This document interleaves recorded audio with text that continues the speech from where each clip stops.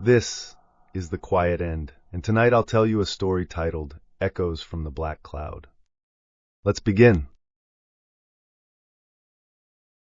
It began with small whispers, a murmur carried on the wind that no one truly noticed, but everyone instinctively felt. The black cloud hovered low above the town of Winfield, its edges pulsating in slow, rhythmic contractions as though breathing. People dismissed it at first, thinking it was merely a storm brewing. They were wrong. The day the cloud arrived, every radio in town began playing static. At least, that's what it seemed to be.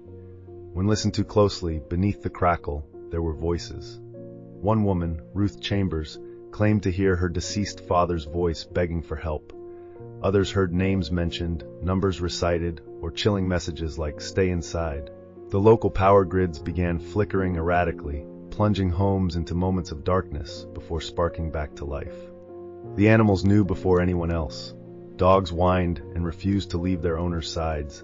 Cattle kicked at invisible threats. Birds circled frantically as though trying to avoid something unseen. Then came the screams. The scientists from White Ridge Research Facility arrived the next morning, bringing sleek equipment and sterile confidence.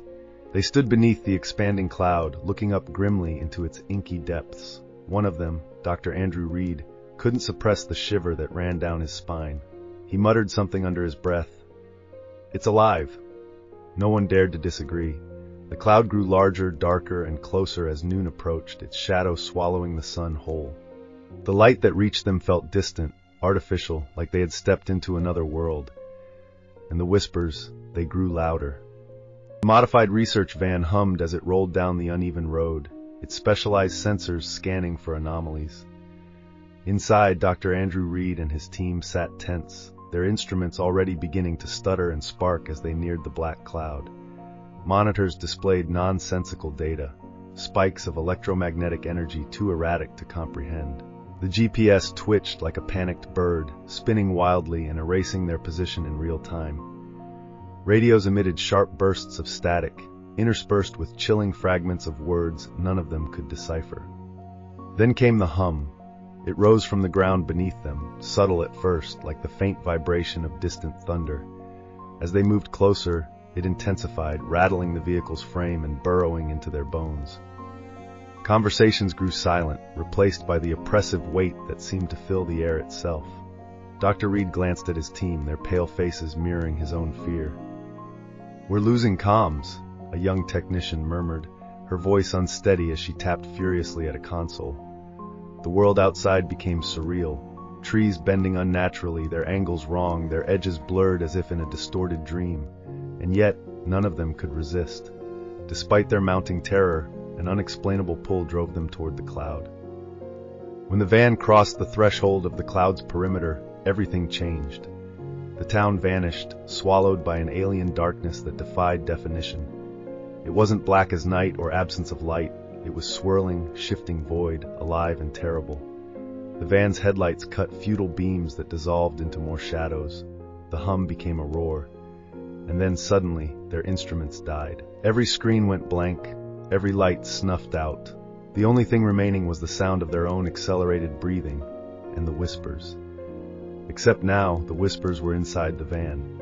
Inside the cloud, nothing obeyed the familiar rules of reality. The ground beneath the van stretched and twisted like molten glass, folding over itself in grotesque loops that should have been impossible. The landscape warped and churned, structures and shapes twisting until they resembled nightmarish reflections of the world they had left behind. The scientists barely recognized the outline of the town's grain silo, its shape inverted, spiraling upward as though caught in a tornado of time. Dr. Andrew Reed grasped the dashboard, his knuckles white as vivid hallucinations flooded his mind. Through the windshield, he saw something slither across the distorted ground, though he couldn't tell if it had legs, tentacles, or something else entirely. Its form shifted constantly, rejecting definition, its presence a violation of his fragile sanity. "Do you see that?" Samuel, the assistant biologist, shouted, his eyes wide with wild terror. But when Reed looked again, the creature was gone, replaced by another horror.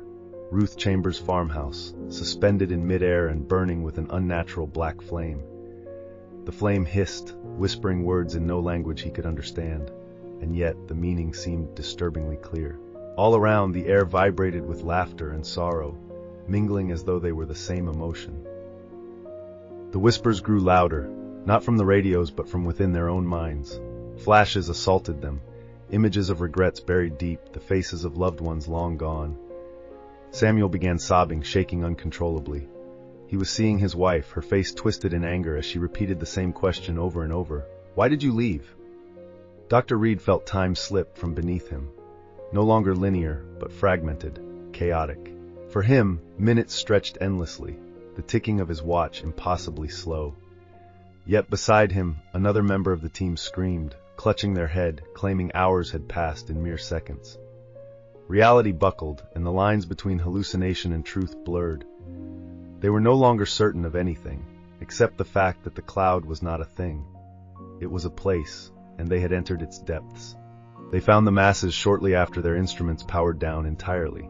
The organic shapes were scattered across the warped landscape, bulbous and wrong, pulsing in undulating rhythms.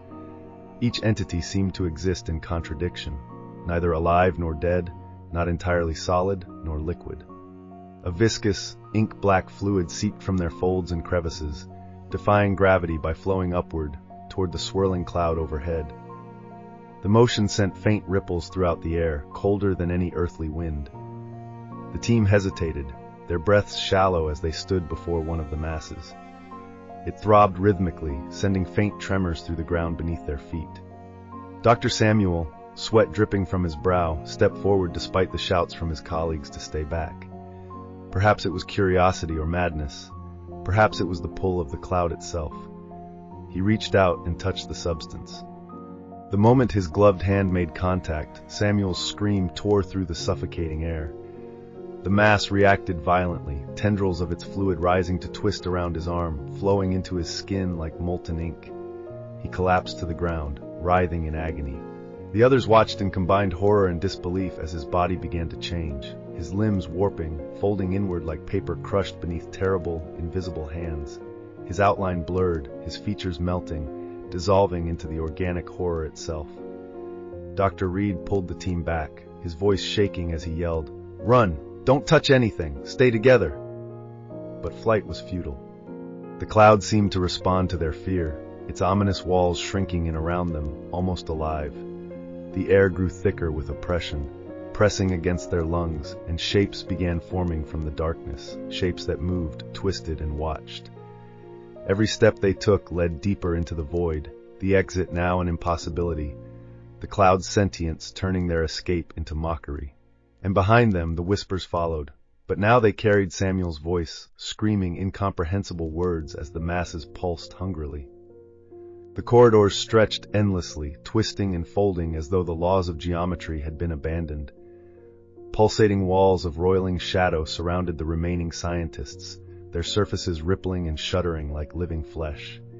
Every turn led them deeper, each path unrecognizable from the last, as though the cloud itself reshaped the maze to mock their attempts at escape.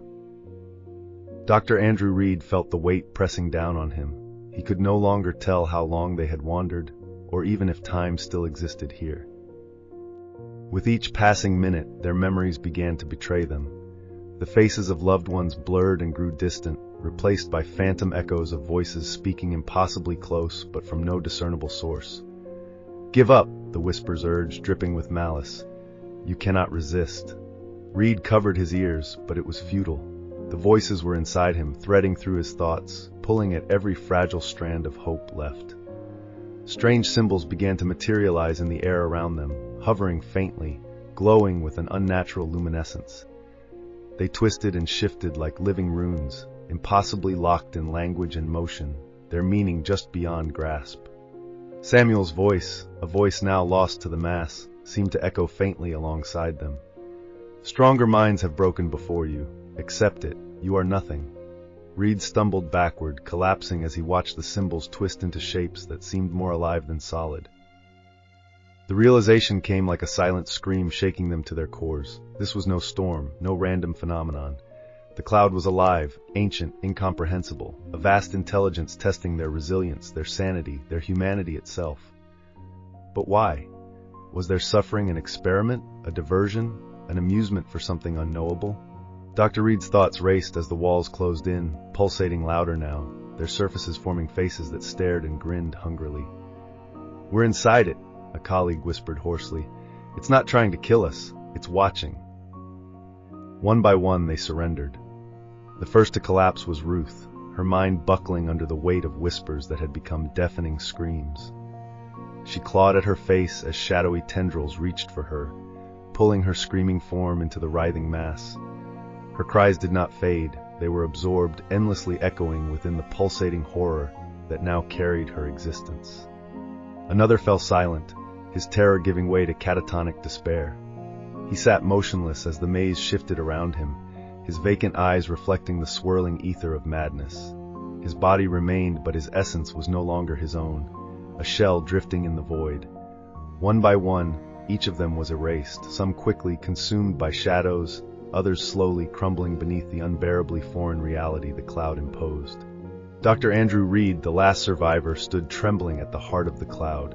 He felt simultaneously blind and omniscient, staring into an infinity where time and space unraveled. Shapes, colors, and memories flowed together in a grotesque tide, indistinguishable and eternal. His mind began to fragment, pieces melting away like wax under a cruel flame. He understood now. The cloud was not merely alive but eternal, a harbinger of cosmic despair, utterly devoid of emotion but capable of wielding it as a weapon. It drifted endlessly, feeding, testing, extracting. Reed felt his consciousness dissolve, his name, his past, his humanity slipping from him like threads pulled into the dark. Just before the abyss consumed him entirely, realization bloomed, a final, impossible truth. The cloud will never stop.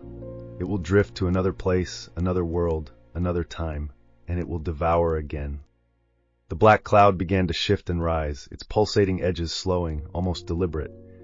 The maze vanished, leaving behind no trace of the scientists, no remnants of their screams.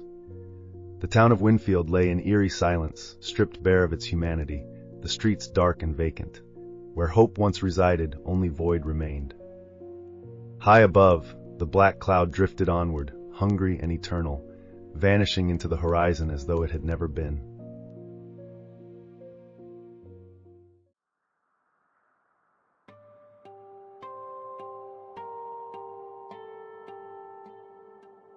So tell me, dear listener, if the black cloud ever drifts your way, will you dare to look inside or let it devour you without a fight?